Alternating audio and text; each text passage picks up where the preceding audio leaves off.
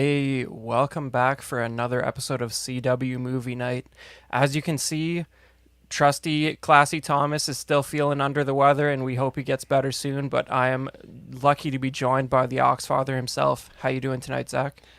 Pretty good. Pretty spooked out, Chris. Pretty spooked out. Starting October early, I guess.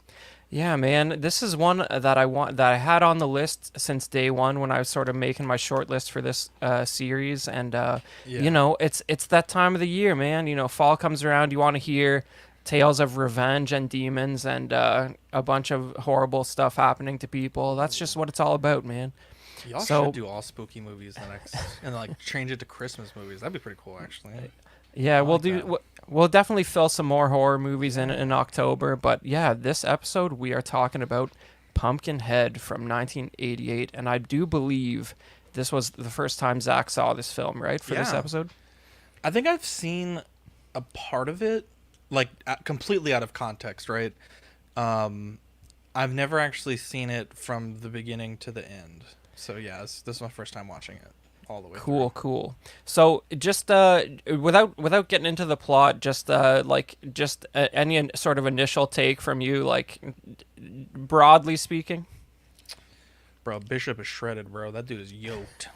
That was my first take.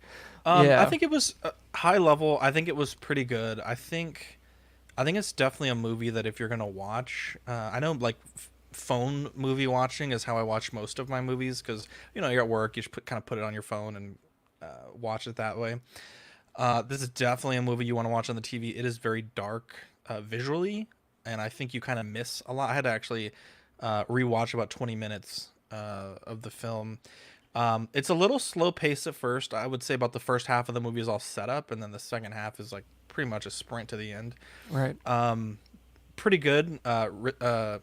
Stan Winston directed it, and obviously the special effects are really good. If you kind of know anything about movies from this era, or even today, Stan Winston's kind of the guy.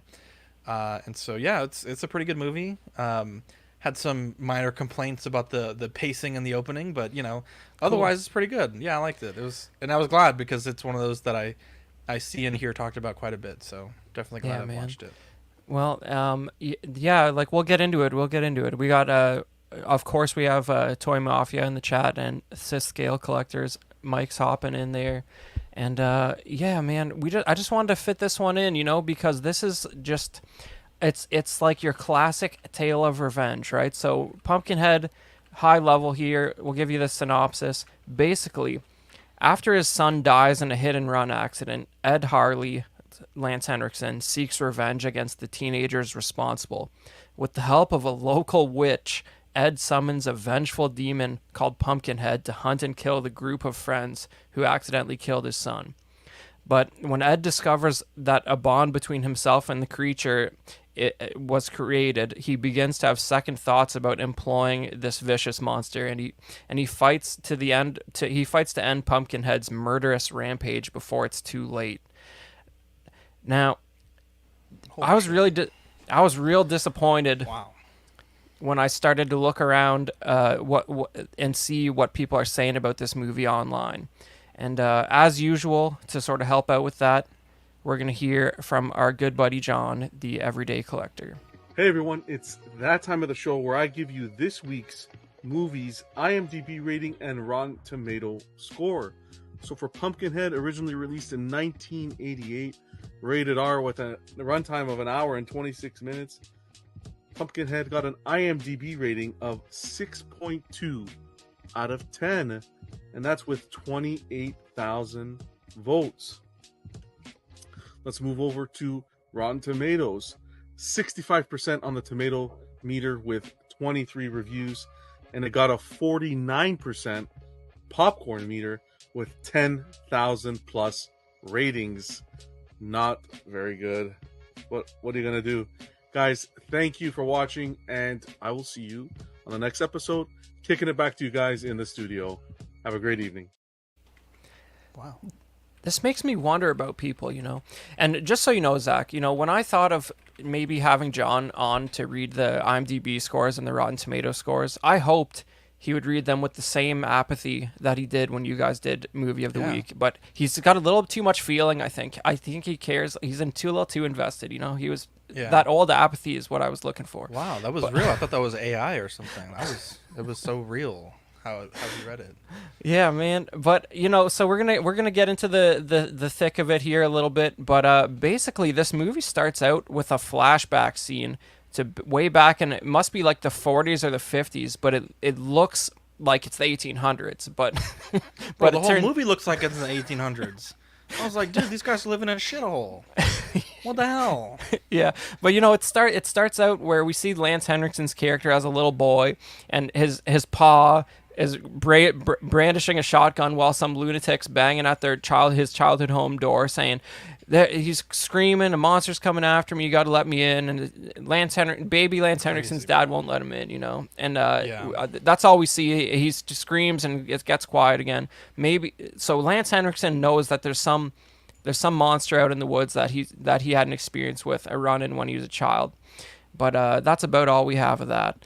But then we get into we get into the present day, which is 1988, I guess, because that's when the movie was made.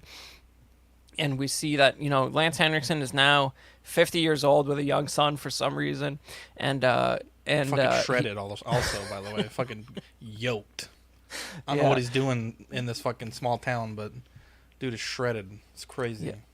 Yep, and he's got this, he's got sort of he's got a little Coke bottle glasses, little kid. You can tell this kid struggles with stuff, he's a little bit of a he's a little bit of a runt. I would think this, to be honest. I don't know. I didn't even realize. Well, okay, I'll let you go. I don't want to spoil it. No, go ahead, man. Okay. I didn't even realize that he died. I was like, I thought he was supposed to die because first off, the synopsis that you read was not the synopsis that I read, and I'm glad because all of that shit that you just said is like hardcore spoiler for the movie. Yeah. And so I didn't realize they had any sort of connection, and I was like, why is this dude tweaking out whenever this monster is like mauling people? And so I didn't know any of that. I just knew he died in a dirt bike accident, which is incredibly random. Like if you pick 1,000 ways to die, I don't know, that's the top 1,000. And Glasses McGee, I didn't know he had died. Like I didn't even know they hit him. It looked like they just scared him a little bit. For such a graphic movie, they took like the least graphic way to kill Specs. I couldn't believe it. Yeah, exactly right. Well, I mean, you're giving Lance Henriksen a little bit of a hard time for his acting. I get that. I get that. I think they did. I don't mind the scene where he's talking about his grandma to the kid. He's like, "Man, my grandma used to help me wash my hands." And you didn't like any of skin that? was so thin, bro. I was like, I was like, look, Stan Winston can make a goddamn monster, but whoever wrote that dialogue, her skin was so thin, it was soft, and I almost actually gagged when he said that. That was horrible. All right. That was the spookiest part of the movie. Those words. It's almost like you get to see his grandma later in the movie, but we'll hold on for that. Oh, is that his grandma? No. Oh, okay. I was like, But holy shit. it's evocative of that imagery, though. But yeah, man. But basically, we get established that Lance Henriksen loves his son. The wife, Very much the so. wife, and the boy's mother died at some point. They don't get too much into that. But he owns this little grocery store, and his son helps him out with walking around with barrels of turnips and whatnot. And it's like a little folksy general store in the middle of nowhere in the Appalachian Mountains. And then some hoodlums show up, basically. And there's some cute girls and some motorcycle dinguses, and basically it's just like these guys racing their dirt bikes around in the field next to Lance Henriksen's little shop. And because it's 1989-ish, Lance Henriksen leaves his 7-year-old son unattended, running a general store basically while Can't he be goes. me, bro. He runs some errands. Couldn't be me. That was the biggest mistake of the whole movie. That's little, Yeah, little it was a dumb different kid. time. I mean, I don't understand why the kid was left alone. There's so many weird. If you think about it, does this kid know how to work the register? Does he know how to count change? Yeah. Can he? He knows all that stuff. He's 88, and Apparently, and then the monster knows how dirt bikes work. It's just a lot of questions that I have, to be honest. Well, Well, the monster's mind melded with Lance Henriksen, so of course he knows how dirt bikes Oh, work. that's how that works. Okay, okay. I didn't know that. But yeah, but basically, there wasn't a load of there wasn't like complete archive of screenshots of this movie online like there has been for some of the stuff we've covered here. But basically, a dingus driving a dirt bike accidentally runs over this boy while he's chasing after his dog, Damn, that and chick's cheeked up. Go yeah, back on that exactly. screenshot. Go Well, back. God. Yeah. Sorry. Go ahead. but it was 1988. They knew how to make films, but I know how to make jeans back then too. God. But yeah, man. So the kid gets run over, and the first thing that happens is the dingus who ran him over is like, "Oh man, I'm out of here. I've been drinking, man. They're gonna put me in the electric chair if they catch me," Yeah. which they probably would have back then. It's probably, Well, apparently they probably do a shooting squad in this fucking small town. depends what state you're in today. You might get the chair, but Did I hear correctly? He was like, "This isn't the first time I've done this." Like, oh for how many people have you killed with a dirt bike? yeah, I think he not killed, but I think he already had like a DUI He had like a or drinking and something. driving. Yeah. Yeah, something like that. Yeah, so he's Jesus, just bro.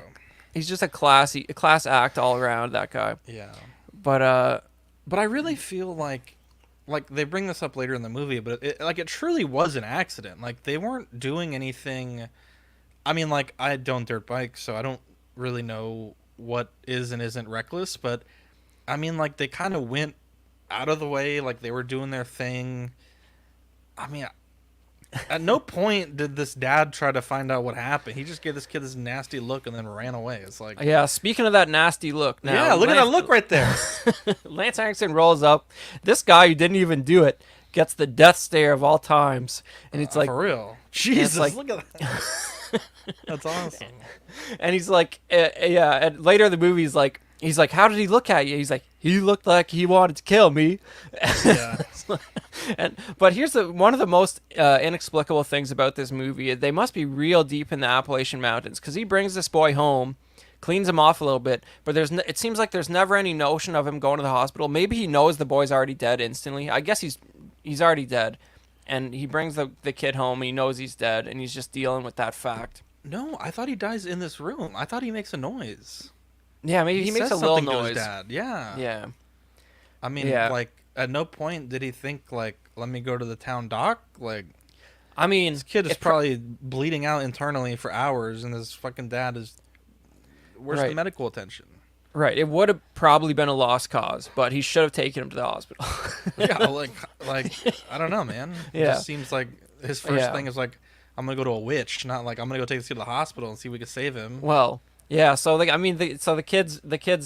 kid's wrecked. He asks some local yokels, because he remembers this horrific incident outside his door as a kid, and he asked the local hillbillies and moonshiners if they know about where this witch is at.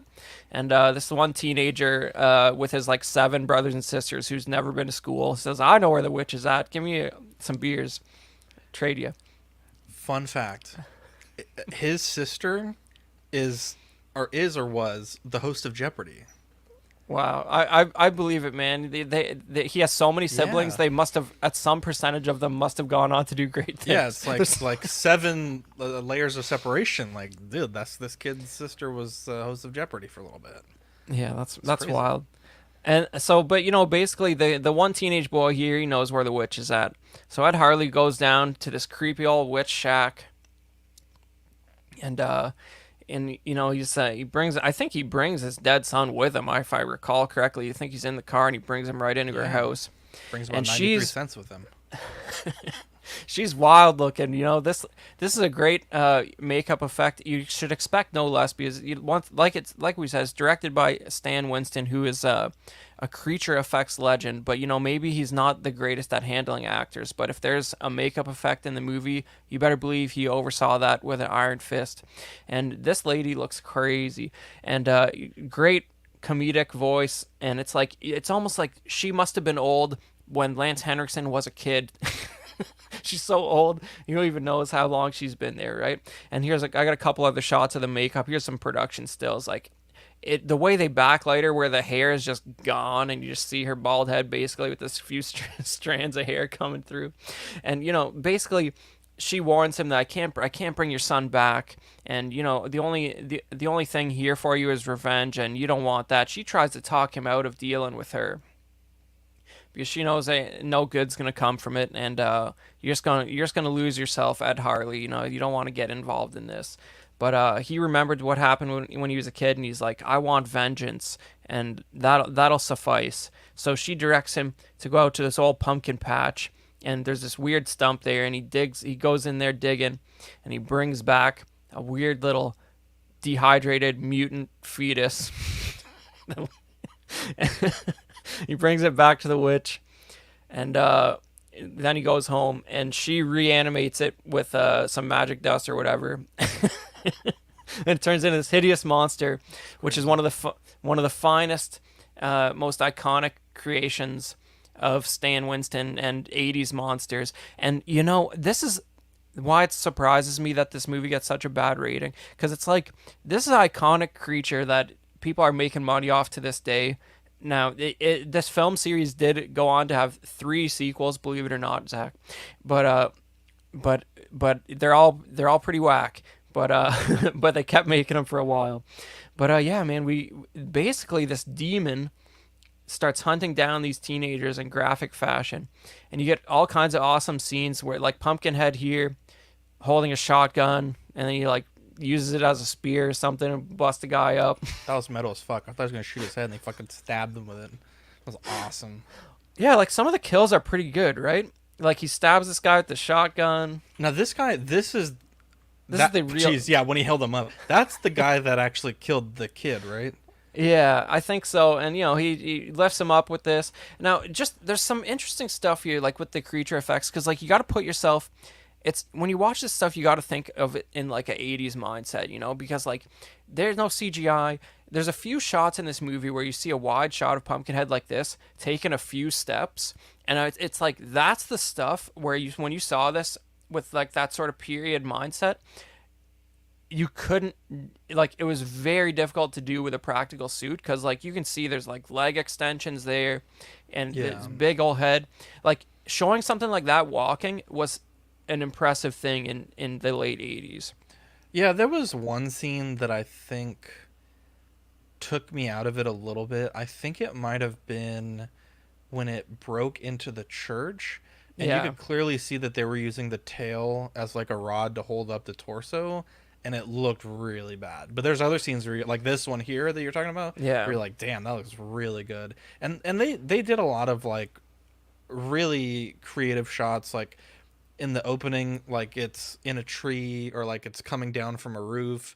There's some scenes where it's like standing in a hallway when it's in the house, where it's like you maybe don't see all of it.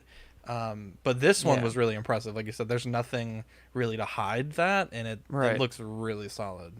And I don't know if you caught this, Zach. I don't know. Did you notice Pumpkinhead playing with this dead guy's head and making it flop up and down? Okay, I was gonna ask you. I didn't understand this scene. I didn't really make any sense to me. Okay, so basically, after he kills this guy, he just plays with his head and flops it up and down. And this is actually a visual reference to King Kong. To the kid. Oh, I thought it was when the kid died, because he grabbed Dad's. This is a reference to King Kong. How King Kong when King Kong kills a big monster, he plays with him. He plays with the dead body a little bit like that. And Stan Winston is a big fan of the OG King Kong. So that was a visual reference to old timey 1930s King Kong. But yeah, man, you have like you got look at this beautiful mug on Pumpkinhead here, man. You know what I mean? Like there's great eye and facial animatronics here. And the creature could do a lot of stuff. Zach was talking about where they at one point a few characters hide in a church because they're like, "Oh, this is sacred ground, man. Pumpkinhead can't come in here." That was ridiculous. That was the stupidest thing. That was the stupidest and basically, thing I've ever heard. He busts right in there, and he picks up the cross and he smashes it. He doesn't even. He just smashes the cross ignorantly, and as like a 15-year-old, I was on a binge of horror movies, listening to death metal. I thought this was the funniest thing ever when he busts in the church and smashes up the cross. I was like, they're just having fun with this, making it needlessly demonic with this 80s horror movie. And and then there's a guy like hiding in a closet, and he rips open the closet door and gets all in his face. Like, there's some good jump scares here. And it's just like it's just a wonderful design with some good kills, and we're gonna get into a little bit of the behind the scenes stuff later, but like. Yeah, like I feel like the way they broke it up really sort of sold the creature effects for me. Like it's just iconic design. Did Stan Winston do the special effects for Fire in the Sky? I believe he did Oh, mainly that where was you see the ILM. aliens. Yeah, because the paint texture and like the sculpting really reminded me of Fire in the Sky. Right. Well, see, Stan Winston's like his resume is so vast that it's like the first most notable thing is probably the original Terminator. Yeah. Like the T800, the T800, he sort of designed all that based on a James Cameron sketch, and then he Hmm. did creature effects for Aliens, including the gigantic alien queen, and then He didn't the do the first robot. Alien. He did not do the first Alien, but That was he H.R. did. Giger. Well, yeah, he did the design there, but yeah, but at the time, the Alien Queen in Aliens was like the most advanced animatronic creature ever done. That was a couple years before this, as far as articulation and the amount of remote control parts and all that. There's been nothing like the Alien Queen. So this is a couple years after that. They gave him a chance to direct, and it's an interesting piece. But also, of course, Stan Winston did all the practical robot dinosaurs in Jurassic Park, Jurassic World, and Jurassic Park 3. Like so and I believe the last movie he worked on was Terminator Salvation, and he died during the production of that. So that was like 2008. Spoiler alert. Yeah. But basically we find out that as Pumpkinhead kills him, and the line between him and Ed Harley starts getting blurred, and Ed Harley starts getting the crazy eyes, and and Pumpkinhead starts looking like him. Really? I I had to. I finished the movie, and I always Yeah. do this. I always read the wiki when I finish, just to make sure I fully understand it. Especially if we're gonna stream about it. Right. I didn't really notice that it looked like him, and even after seeing the images, I'm like, I mean, it doesn't really look like him at all. Um, Well, does it look more human? Because that's sort of the point. You know what I mean? Like, yeah, the face is different. guess. Can you show me? He has. Do you have like a side by side of Yeah. the before and the after? Well, it's pretty close Oh, here. okay. Yeah. Okay. He's got I a see it. he's got a nose basically. Wait, go back. Go back one more time. Sorry. I Yeah. should have done this before. Oh, okay. Yeah. Okay. I get you. Yeah. The Yeah, I'm eyes good. are I'm white. satisfied by that. Yeah, Yeah. the eyes are getting like more defined, and then the nose. I see. Yeah. Okay. He's also So, you know- also lost like his some of the fangs were through Yeah. the jaw or the lips. Okay. Yeah. No, Yeah. that works for me. So they the line gets blurred. They start looking like each other. If this keeps going, Lance Henriksen will, I guess he'll be the mutant monster demon, and Pumpkinhead will look like a man. I don't know what the end game is for the demon here, but his plans get horribly interrupted when, in an act of desperation, as the last few innocent teens are going to be killed. And I mean, look at this beautiful shot here, man. Look at that monster. Basically, Lance Henriksen, and how do we say this on YouTube? He decides to self-delete On in order. live- He decides to self-delete himself, and in order to save these teens, and basically he shoots himself in the head and doesn't quite kill himself, but it knocks Pumpkinhead to the ground. And then Crazy this work, bro. this final girl here, he slides her the gun, and she finishes him off, and then the demon catches fire, and that's the end of the Pumpkinhead's massacre. And then our final scene is the witch burying this weird Pumpkinhead corpse in the pumpkin patch again. Now, the I weird actually thing like here that. is this body at the end is like somewhere halfway between Lance Voldemort. Henriksen and Pumpkinhead. So I don't know if this is. I guess this is the. So we saw Pumpkinhead light on fire. Maybe this is Lance Henriksen's body that's still morphing. I don't know what's going on here, right? But Yeah, I understood it that like because It you is. bring the corpse, right? So this is Lance Hendrickson, and I guess Yeah. the next time someone goes to this witch, well, it is because it shows the necklace. His at the little end. necklace. Yeah, exactly. Yeah, so the next time that someone needs this ghoul, they will dig up Lance Henderson's character. That's what I think. Yeah, which does happen actually, but it takes quite a while. Oh, does it for that. really? I haven't. Yeah. Was that the end credit scene? No, that's another movie. But Oh shit. Okay. yeah, so that's pretty much it. And I just like I don't know, man. I've heard it described as an American fable. This movie, and I don't know Wow. I don't know what's Like Five American Goes about it, West. but it's just yeah, an American tale. But it's just like it's just like an obvious moral message of revenge doesn't really get you anywhere. Basically, you know what I mean? It's just, but and it's pretty on the nose with its morality, Yeah. but let's talk a little bit about the behind the scenes here. So, like I said, it's directed by Stan Winston. Here's him and Lance Henriksen on set here, having a jolly time. And Stan Winston's at the peak of his powers. He just did Aliens, and a lot of that crew came over here to support him while he was in the director's chair. So you have Tom Woodruff Jr., who is he was in the suit for the main xenomorph in Aliens. So like anytime you had a guy in a suit for the xenomorph in the second film Aliens, this guy was in the suit, and he was in the Pumpkinhead suit for this whole movie. And he knows what he's doing as far as constructing all that stuff as well, and he's part of that whole team, but he also does the in-suit acting for a lot of that stuff. And here's him painting the baby Pumpkinhead Jesus. here. But he's real interesting because he has his own company now that I think did a little bit of work on Alien Romulus. But I think the coolest fact about him is he was in the suit for the xenomorph in Aliens, Alien 3, Alien Resurrection, Alien versus Predator, and he was even in the Alien suit in Alien vs Predator Requiem. So he was in the xenomorph suit for like 6 movies. He had a good run there. But maybe maybe he's not quite spry enough to keep that going. But I think what they did is they mixed up the effects companies when they got around Prometheus and Alien Covenant. It wasn't the same team of people doing it. But here's a few shots on set here where you can see just like the scale of this crazy suit. And on that last one, you can see Tom Woodruff Jr. in the suit there with the head off. That's pretty cool. And that's just like this Stan Winston's workshop where they're painting the suit, and it's held up on a big armature there because it's real easy to, it's just like your seamless Hot Toys. You don't want to hold them in a position too long. You're gonna crease that joint, and it's not gonna look so good on screen. So they just have to hold it up real particularly while they're working on it. But yeah, man. So that's real quick on before we move on to our last couple segments here. I just want to talk about the sequels real quick.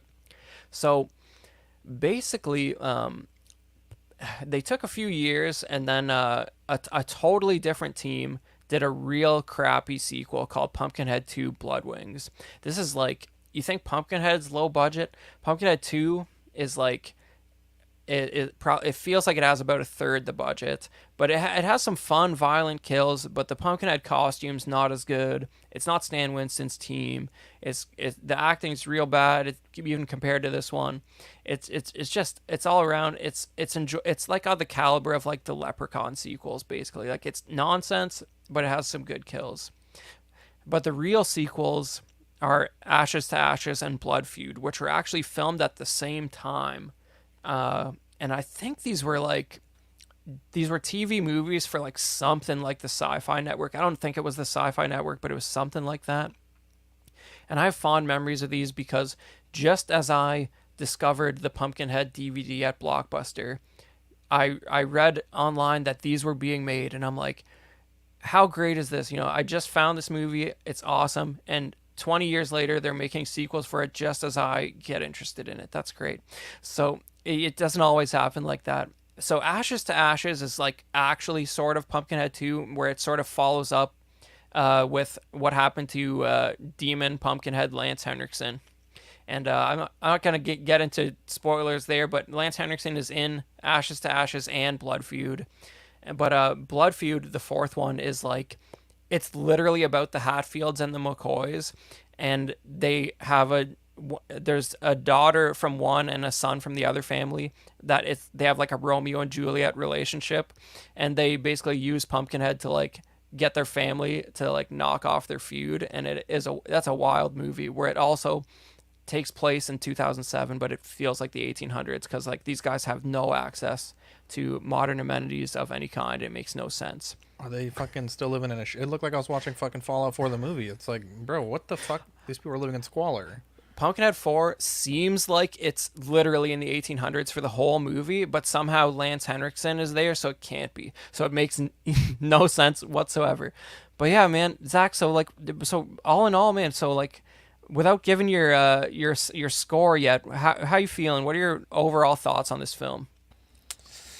I don't think I will watch it again, like for a long time.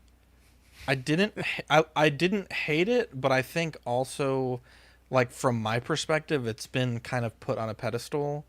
Because I believe it's a cult movie, right? Like it has like a pretty, like it's not critically acclaimed, but it has like a pretty big cult following. So I've heard Yeah. a lot of really good things about it.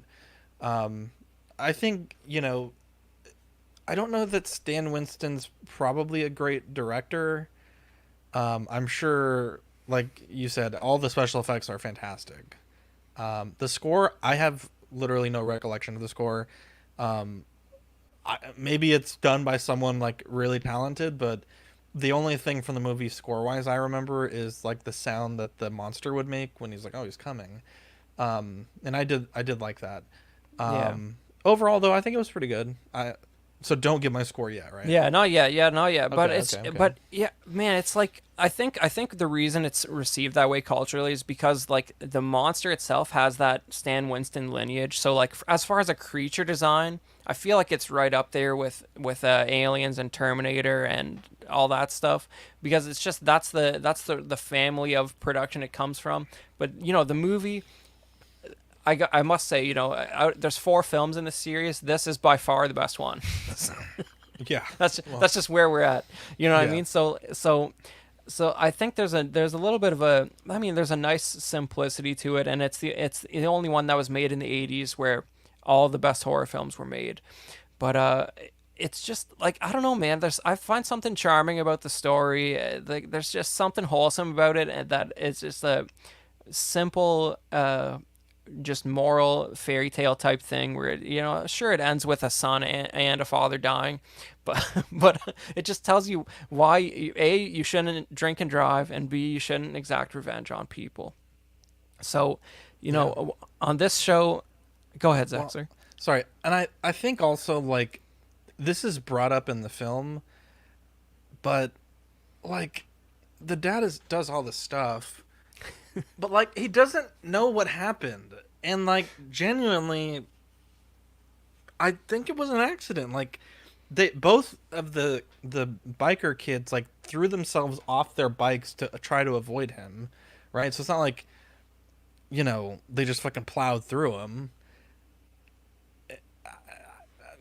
Well, don't know. okay, yeah, but it's exactly, but once But you Lance yeah, Henriksen, once Ed Harley realizes what's happening, he's like, "Oh man, this is not what I wanted to happen." Once he sees it for himself and sees that these kids are actually biting the dust, he's like, "This was a big mistake." yeah, and I think that's the weakest part of the movie though, because like it almost seems like he didn't realize what would happen, but I feel like that's exactly what he wanted to happen. I guess I just really Well, yeah. don't understand it. Well, I think there's a lot of idiots in the world who do things without realizing the consequences. So I think it's an applicable Yeah, lesson to you're those not people. wrong. You're not wrong. Yeah, I You know? get that. Yeah, well, Yeah. but I mean, and also, yeah, sure, it was an accident, but I mean, I love the acting of the dingus who ran him over. He's like, oh, I've been drinking. They'll put me in the chair. It's good. He's just like, he's steaming out of he's lifting his collar, like, oh, I better watch out I gotta get out of here. Meanwhile, he leaves all his friends who saw what happened there, and there's a dead kid. It's like, what's his end game? Like, this is coming back I for don't you fucking one know. way or another. But yeah. But like, how do you like? How do you feel about the creature design? Like, would you put it up there with the aliens and Terminator and all that stuff, aside from the film? So, which came first, this one or Alien? Alien and even the sequel Aliens is 2 years earlier than this. Huh. Yeah. Sorry, Alien and Aliens came before this. Oh yeah. Yeah. I think it's a bit too derivative of that. Like the way the monster looks. Yeah, it's Okay. and I think it kind of hurts it a little bit. Like, don't get me wrong, it's a cool design, but I think what kind of held it back is it didn't really. What's the way to say this? Um, it didn't have like what's the word? Like a thing, right? Like the alien has like acid blood and like the little thing out of its mouth. Like I felt like it didn't have a thing. It was just walking around, just like throwing people around. Like it never had like a cool thing about it. Like maybe like oh it could fly or like something. It like oh it regenerates. Like it didn't seem to do like anything. I guess Yeah. distinguishing perhaps is the word. Okay. It was just like even for being a demon, right? Like it didn't really do anything demonic, I guess. Like I don't know. I think that kind of hurt my perception of this monster, right? Like it just didn't maybe the transformation was the thing, I don't know. That actually was a nice twist for me because I didn't know that was a thing. I didn't read that synopsis thankfully. Right. So it was, Okay. Yeah, I mean I guess the trouble is if this would have come out now, that transformation probably would have been more gradual. But like when you're talking about an 80s prosthetic creature effect, basically they have to literally make multiple faces for Pumpkinhead, and really you only get this one other one to sort of depict the fact that he's slowly transforming into a more human like Lance Henriksen. So like, for the last couple scenes, he's got this face basically out of nowhere. It's not like it morphs into it. It's like you see him again and he looks like this. yeah, It was harder to do. for sure. Yeah, you're Yeah. right. But yeah, you think it's a little too derivative of the xenomorph. That's a fair. Yeah, I think so. Because when you look at, and I guess when you think about it, like, could other things have been derived from this? Like, when I saw this, I just kept thinking of like, the deacon or like the protomorph, like the different variations of the Yeah. xenomorph. Well, those didn't exist when this was made. Yeah, well, I know that Yeah. obviously, but Yeah. I'm saying like to me, the design just felt like they were like, damn, the alien's really popular and it's really well received. Like, what can we do that's close enough, but that's not like just a direct? It's almost like copy my Yeah. homework, but like change it just a little bit. Like that's what it felt like to me. And then this, just to confirm, this was before or after Jurassic Park. Oh, this is like 6 years before Jurassic Park. Okay, so I will say a lot of those techniques were pulled forward into Jurassic Park, specifically with the legs. Those, like the way he paints the nails and like the skin tone, very much carries forward into Jurassic Park, like the Jurassic Yeah. series, I guess. Yeah, well, obviously, animatronics and computer programming for little servos and everything came a long Of way in course, that yeah, 6 years for sure. Like there's a little bit of that in this with the eyes and the face, but the rest is mostly a practical costume for the most part. Mm-hmm. But yeah, man, it's I don't know. I think you're probably right that they were like when they were designing this, they were probably like, we don't want to get called out that it's a xenomorph, so like we're gonna get rid of the Yeah. biomech and it's gonna be skin tone and how do we save money? Oh yeah, maybe he is just in the backwoods and not on a spaceship. That's how we. Yeah. We don't gotta Like, build where's the spaceships. shittiest house we can find? Give me all of those. Yeah. They really. Yeah. But I don't know, something about the sort of the mix of the witch and the little fetus pumpkin heads and Lance Henriksen, just it's it's just because it has Stan Winston and Lance Henriksen. It's just sort of that.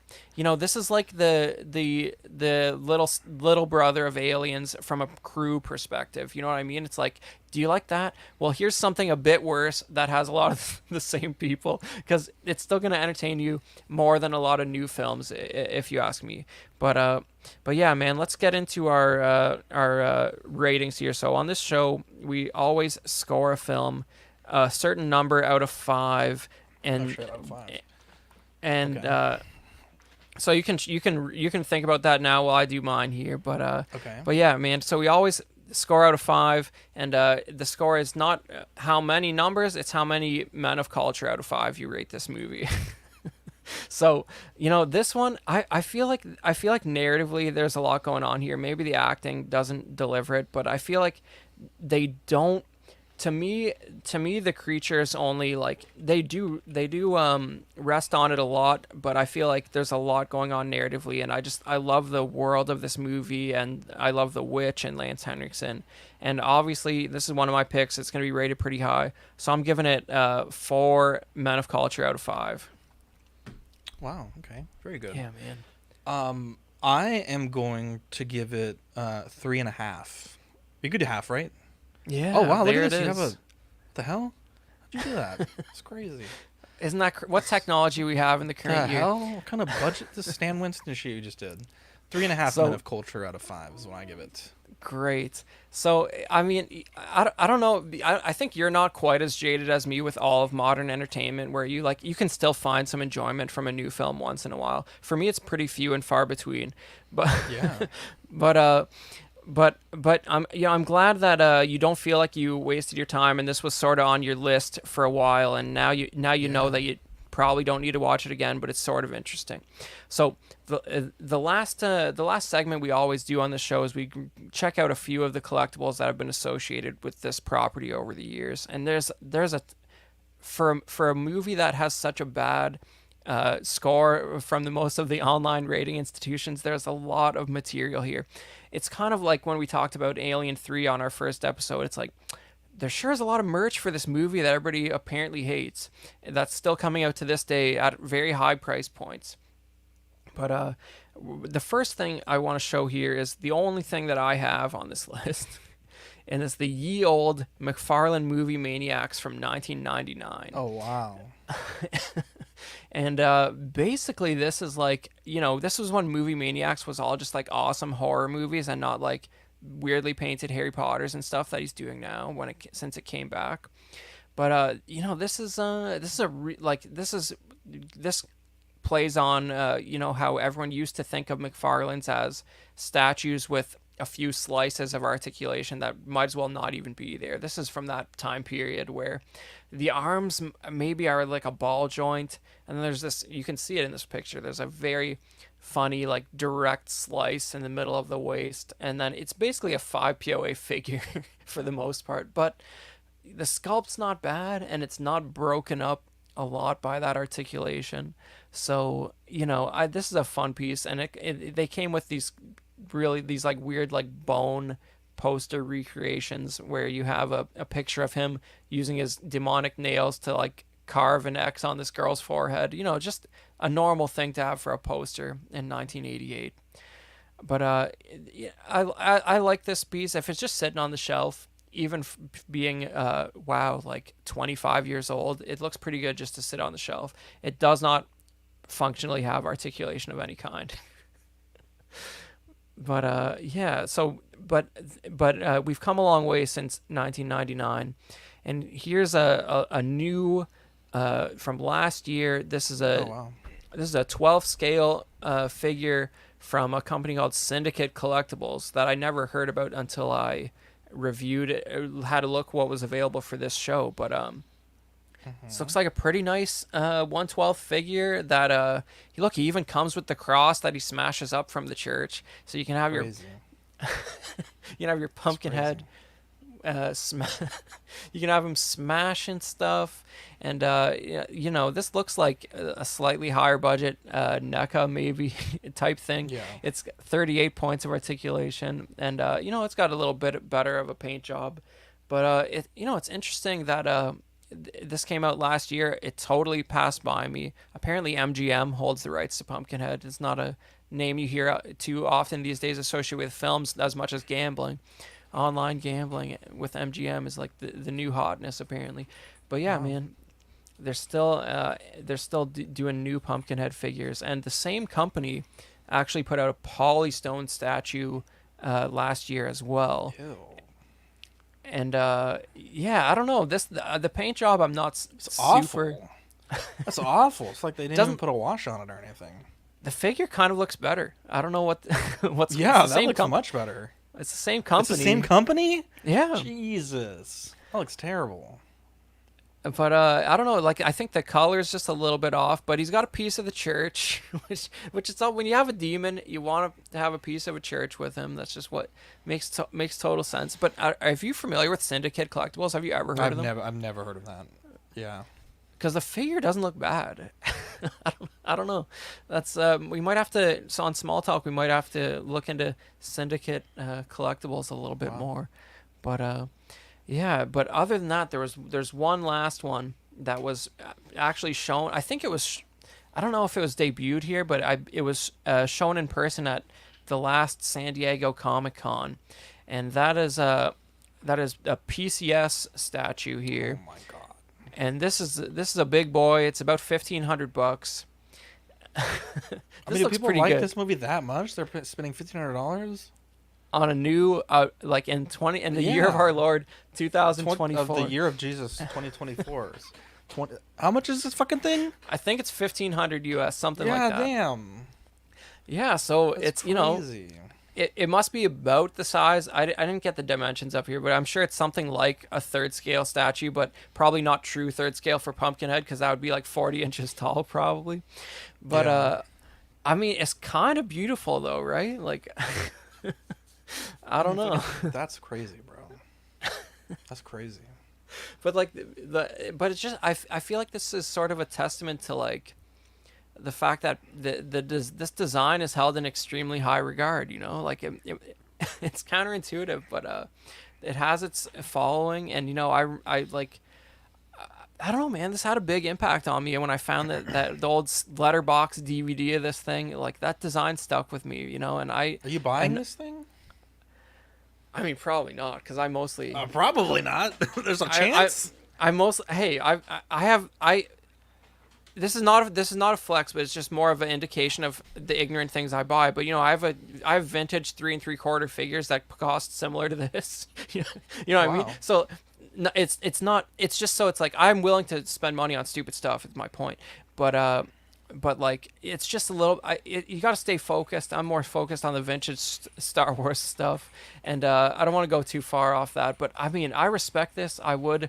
I You should think get it'd be a fun. bust. I bet they make a file of this. Pumpkinhead. I think it, but I mean, I don't know. I think it'd be funny to, you know, have the family over for Christmas and you just got this Pumpkinhead sitting on a pedestal somewhere. There's just something wholesome about that. Here's a better look at it. And look, it even has a little fetus, Lance Henriksen, That's whatever, ridiculous. in the That's crazy. in the base there. That's And wild. and you know, he's sitting on his little pumpkin patch stump there, and I mean, you just, you know, it's, I don't know, it's just a beautiful design to me, and I come back to this movie once every couple years around this time of year, and this piece had an exclusive if you get directly from PCS, and that's the That's Lance Henriksen crazy. face. That's so you can even- ridiculous. You're like, who remembers that part of the movie? That's ridiculous. I'm Not like, one single pretty. titty in this movie, Chris. That's ridiculous. It was the right Waste time my period time, for it. Chris. But Just waiting but for titties the whole time. But you know, I'm not a huge fan of the Lance Henriksen face. I feel like that's not the iconic Pumpkinhead face. You know what I mean? Like the true He looks like design a is Chad on the right. Like a Giga Chad, bro. He's got that jawline, dude. yeah. Well, you know, Pumpkinhead even has a visible micro peen that you can see on the wider shots. That's really a Wow. controversial choice, and I don't know if that shows up when he starts morphing more like Lance Henriksen or if that's there the whole time. But you don't get a good look at it in the movie. But yeah, man. So that's about it that I have for collectibles. And I gather from this discussion, Zach, you could not see yourself buying any Pumpkinhead figures. That's gonna be a no for me, dog. That's a hard no. Well, to be fair, you do have some Stan Winston adjacent statues, I guess, with your Jurassic I Park have stuff. the fucking T-Rex is Stan Winston. Yeah, That's not a Stan exactly. Winston design.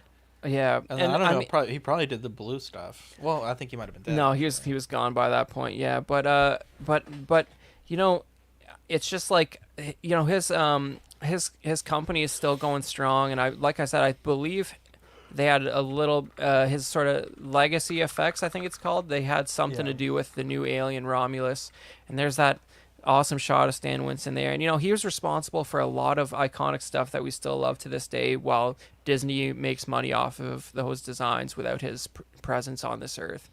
And Yeah, but I that's think how that works, though, right? Like, oh yeah, that is how it works. But it's like James Cameron had a nightmare on a plane and drew the Terminator coming out of fire, and now we get weird whack Terminator sequels till the end of time with barely any involvement from him. That is exactly how it works. James Cameron had that dream? James Cameron, yeah, well, he's the director of the first two Terminator films, Yeah, of course. He also had a fucking made Avatar too, so I mean, Well, it's kind of like a punishment that we all have to deal with as well. I couldn't disagree more, but to be honest, Zach, James Cameron is the most profitable and possibly the best director in American history. So That's I don't know. I mean, That's the craziest Termin- thing anyone's ever said. no, it isn't. Terminator That's 2, crazy. Aliens, True Lies. Like, what more do you want? Just those. Forget Avatar exists. Just those. He's a legend. But I mean, he's a yeah, legend, man. but he's not the best director of all time. well, he's the most profitable director in American history. Yeah, because he released Avatar like fucking 8 times, and it was No, like well- $40 a ticket to see it the first time. Well, also Titanic is the oldest film on the U.S. top 20 by far. Yeah, by because it was by a like s- 15 years. That was like a 6-hour movie. You had to buy 2 tickets to see the whole thing. Fucking, you had to leave halfway through because you had other things to do, and you had to come back Yeah. in the middle of the next show. Yeah, you had to have 2 VHSs to watch the whole thing. Yeah, I remember that. Fucking the double box set. Yeah, man. But that's pretty much it for Pumpkinhead. Zach is mildly amused, I guess, and You don't think I you don't think Steven Spielberg's better? Or personally, Quentin Tarantino? personally, I think Terminator and Aliens are god tier that are hardly touchable, and I don't know if anything. Who was the director of Alien? No. Ridley not Scott, who Spielberg. Ridley did Scott, Prometheus okay. and Covenant. Yeah. Well, okay. One of those was good. So of those 3, That's a conversation for another time, I guess. But yeah, man. So that's You don't think Spike that's Lee's better? Pumpkinhead. I feel like Aliens is an all-time top 10. I don't know where you place it in that top 10, but Of all the movies it's ever no- made, oh yeah, you think Aliens is better than Alien? I think they're both in the top 10 of human history. but that's Wow, just me. both. That's crazy. Yeah. That. It could be true though. Yeah. I actually want to Well- have an Alien conversation with you at some point because I was rewatching it and I have so many questions. I never really thought Well, about all the questions that I had. It's a long and twisted history because the space jockey became something that he didn't start out as. So you have it's almost like dueling canons where you have original space jockey and then you have Prometheus space jockey. But that's a story for another time. That was Yeah. Pumpkinhead. I really appreciate Zach hanging out for the show. He came in clutch there while Classy Thomas is still out of commission. So I will in support of the Empire, I'm going to read the Patreonies now. Oh, thank you. And I don't do that. we I have to we send a love letter. you guys. That's what I do. yeah, man. So we got Captain Fordo, Ian CB, Renee Mendez, Eric Mariscal, Quinn Aguirre, King Louie, Mark Pearson, Paul Schreiber, Equan, Chris Valencerina, Ben Thomas, David Jones, Sam Gist, Joao Bretta, Thomas Clark, who get better soon, buddy. We hang in there. We hope to have you back and do keep going with your list on CW Movie Night here when you're feeling up to it. We got Eric Schweitzer, Six Guns Figs, Badfish, Joe Corpus, Luke Skywalker, Dan Lee, Deanie Martin, Big Fern, Caesar American, Mark Phillips, Lisa Martin Bomonsky, Rick De Gregorio, Ricardo Valdez, Jose CZ, Alad Morgan, Tukathri, Wah. Do you know how to say Derek's last name here? I've been saying Derek B I say because I Derek have a B. blue. Yeah, I have a blue screen of death when I start reading that. Derek B, Wow. we love you. Arias Portillo, Alvin J, Mario Delgado, Aurelius Delgado, Toy Cartel, Sith Scale Collector, who joined us for our last episode. Appreciate you, Mike. Jared Gagne, Alberto Cortez, Big Rib, Trevor Weed, Matt Clevenger, Don Matan, Stephen Percha, Sean Yotzi, Scott Bradley, Stephen Maria Stanley, Eddie Manzanares, Louis Bennett, Chip Perrin, Exodus, Abe Dunk TV, and Gigi the Judgmental. We appreciate you guys. Yay. And Thank you guys. yeah, man, if you join Patreon, you got the hot seat for digital benefits only, and that's access to an archive of a whole bunch of After Dark episodes because they eventually go private on YouTube, and you won't be able to experience them if you're not a live or soon after live viewer. And then if you bump it up to Sweet Angel, you start getting stickers sent directly to your door, which are pretty awesome. And I don't know how I know that, like, what's the deal with like the top tiers? Like, do you guys still have pogs and stuff, or like what's going on with that right now? First off, how dare you? Second off, yes, we do. Yeah, we have a few sets left. I've been needing to order more, but Okay, you know, let them it, exhaust. Yeah, yeah, I don't want to order more when we still have like a quantity left, you know. cool. So if So so yeah. so you get a set of pogs if you're on the top tier. What a guy! Now, are you gonna make a new set, or is it you're gonna re up the same set when you run out? Yeah, so I think we'll make a new set for sure. Cool. I don't know what that set would be. It's tough because you only get essentially 6 designs, and Right. you know everyone wants a pog of themselves, which you know I get it, right? But it's realistically not possible, and you don't want to offend people if they don't get a pog. It's tough because obviously like me and Dean would get pogs, but then it's like okay, then usually it's like You got four some slots. people, Yeah. well but then it's like at that point then it's like fun sayings or whatever. Yeah. It's tough. Like there's no way that we can make what everyone deserves. You know what I mean? Well, you probably have a lot of. I mean, you could go with we're spitballing here, but you could go with the top sticker designs of all time for your other four. But It could be. but Yeah. yeah, It's a lot of. I on mean, that subject, yeah. we got the September October benefits here.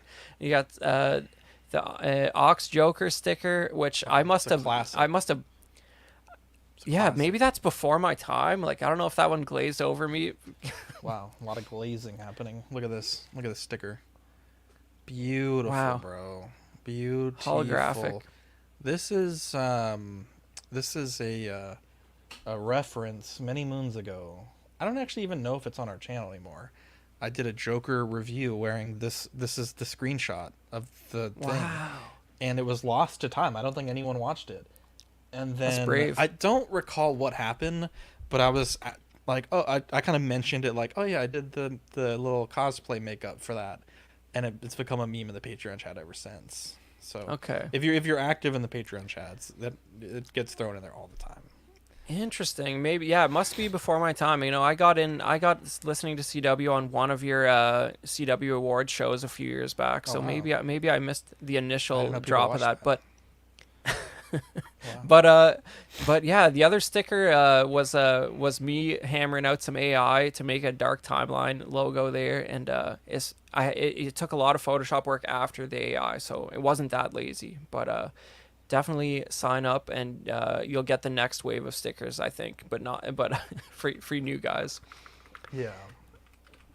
But yeah, other than that, we got our YouTube channel members, and that's Absolute Irwin, Alvin J, Andrew Gibo, Benjamin Hansen, Big Ol' Fern, Bob Dylan, CC3PO, Chris V, CT603, DJ Daminator, Doc Smizzle, Equan, Fat Batman, Gare Bear, Good Ol' Spotchka, Gotham Cenobites, Justin Sports Cards, LV Avenger 702, Mark Pearson, Mike Litteris, Money Mendez, OG Fan, OMFG Rick, 1/6 Figure Focus, Paul Schreiber, Philip the Fool, S Beam, Sam Gist, Scarn Lord, SpongeBob SquareBalls, Sunnyvale Russ, The Ben Thomas Show, Toy Mafia, and Exodus. Thanks so much, guys. We really appreciate you. And before we get going, we'll take a quick look at the other shows on the network. You're watching CW Movie Night. You got Zach here from the main show, which is live every Tuesday night, and After Dark, which is live every Wednesday night. And then we got Small Talk every other Thursday, which I'm also on with Sean and Badfish. Are you guys off for Mind Flayer's Web this weekend, or are you on? I think we're on. I actually really want to play it, so I think we're on.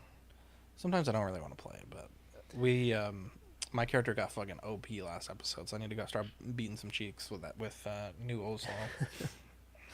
Nice. Well, hey, if you like D&D, it's an enjoyable watch, mostly because they say some offside stuff while they play. And then, of course, we got just another Friday night with Chuck and Double A, and they talk about mostly like current movie reviews and TV shows and stuff, and they always have a fun chat on Friday nights. So, yeah, that's our show, and I think, do I have a tease here for our next episode? So I announced it on our last one. If all goes well and we have the triumphant return of Classy Thomas, we are going to be talking about Barbarella from 1968 on our next show. Now, Thomas suggested this. I watched it, and it is a joyous good time. You know, I think there's probably a short list of movies from the 60s that you thoroughly enjoy, Zach. I don't know, maybe I don't know what your favorite 60s film is off the top of your head, but this is great. This did not disappoint, and I can't wait to get into it with Thomas when he comes back. Say it for the chat if you haven't, or for the audio people. Yeah, this is. Sorry. Yeah, I did. I did. Sometimes the audio skips out a little bit. Yeah, but you know, this is Barbarella from 1968. Starring Jane Fonda at the peak of her powers. So wow. Definitely come on and check that out. But other than that, that's it for our show. And I just want to say triple thank you to the Oxfather for stepping up, watching a movie day and day, and coming and hanging out, talking Pumpkinhead. Bro, this might have been the busiest day of my life today. Wild. It was absolutely wild. Well, you are a legend. We appreciate you. And look at that. He watched a movie like with 4 hours notice and showed up. All right. Well, we'll catch you in 2 we'll catch you in 2 everyone weeks, in the network guys. I know if I could showed up, but you know, we're professional, right? We got this. There it is. All right. Well, that's it for the show, and we'll catch you in a couple weeks, hopefully to talk about Barbarella with Classy Thomas. Have a good night, everybody.